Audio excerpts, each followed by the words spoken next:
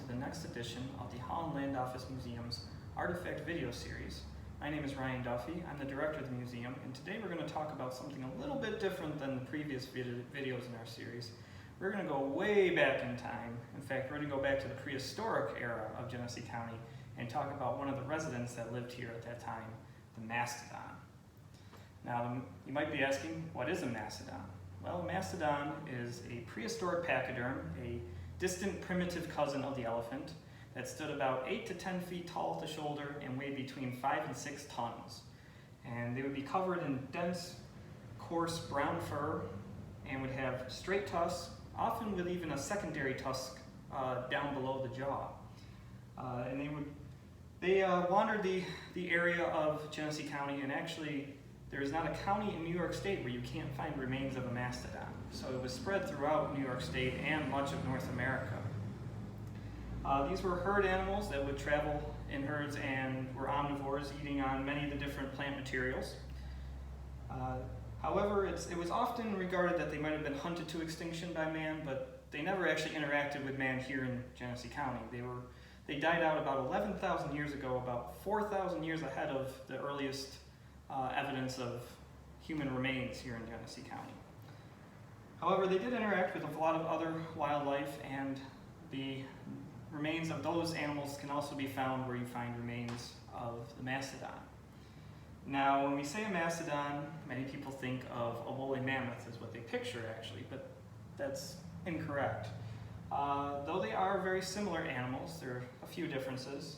The woolly mammoth was a little bit larger and had much more curved tusks versus the straighter ones of the mastodon, and their fur was much longer. And the differences in the skull shape is kind of what set them apart. You had the mastodon, which had a very sort of flat head, and the woolly mammoth had a more elongated, sort of humped-shaped head. So there were some differences, but they are very similar animals. Looking back at our area 11,000 years ago when these animals roamed our area, it was a much different place, obviously. The great glaciers had just receded and left us with large bodies of water. In fact, the largest in our area was called Lake Tonawanda. In fact, most of Genesee County was underwater when Lake Tonawanda was in existence here.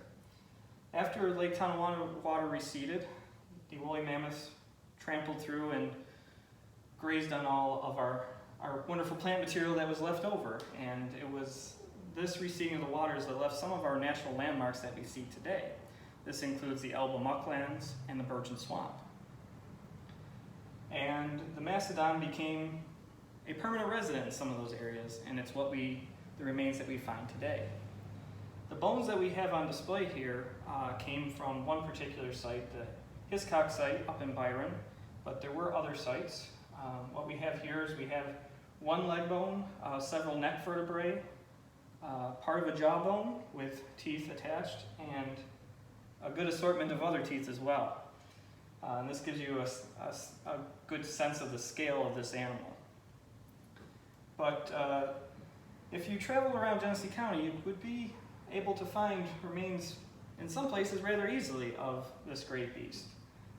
The first remains found were actually found right here in Batavia, about a half mile south of the museum, on the farm of a General Bissell.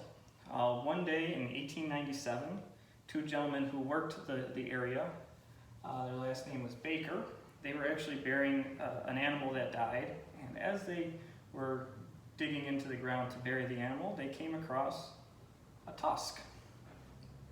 And this was a mastodon tusk. And as they kept digging, over the course of a week, they ended up finding a jawbone and some teeth and a few other pieces. And this led to actually a court case to decide who had rightful ownership of these remains. Was it the Bakers who found them, or was it General Bissell, who lived in Leroy, who owned the property? Well, after some deliberation, it was said that General Bissell actually owned the bones and was able to do with them as he saw fit because it was his property. So this even led to a little group called the Mastodon Club, which kept checking in on what was going on with the mastodon bones while they were being deliberated in court. But the most prominent site where Macedon remains were found was the Hiscox Site up in Byron, very close to what is called the Virgin Swamp. The first remains were found in 1959 by Mr. Hiscox, the farmer there, and up until the early 2000s, an annual dig was done there to see what other remains could be found. And for a large portion of the time, it was actually sponsored by the Buffalo Science Museum.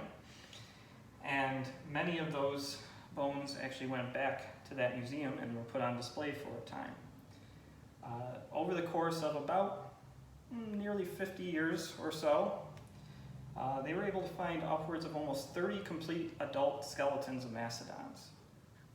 It was said between 15 and 30. Which was an amazing find, especially in such a small area. And that site is called one of the most important Ice Age prehistoric sites in the world, but especially North America. And being able to find several complete skeletons is amazing, especially because finding one complete skeleton is almost unheard of. Finding almost 30 is just unbelievable. And it happened right in our backyard here.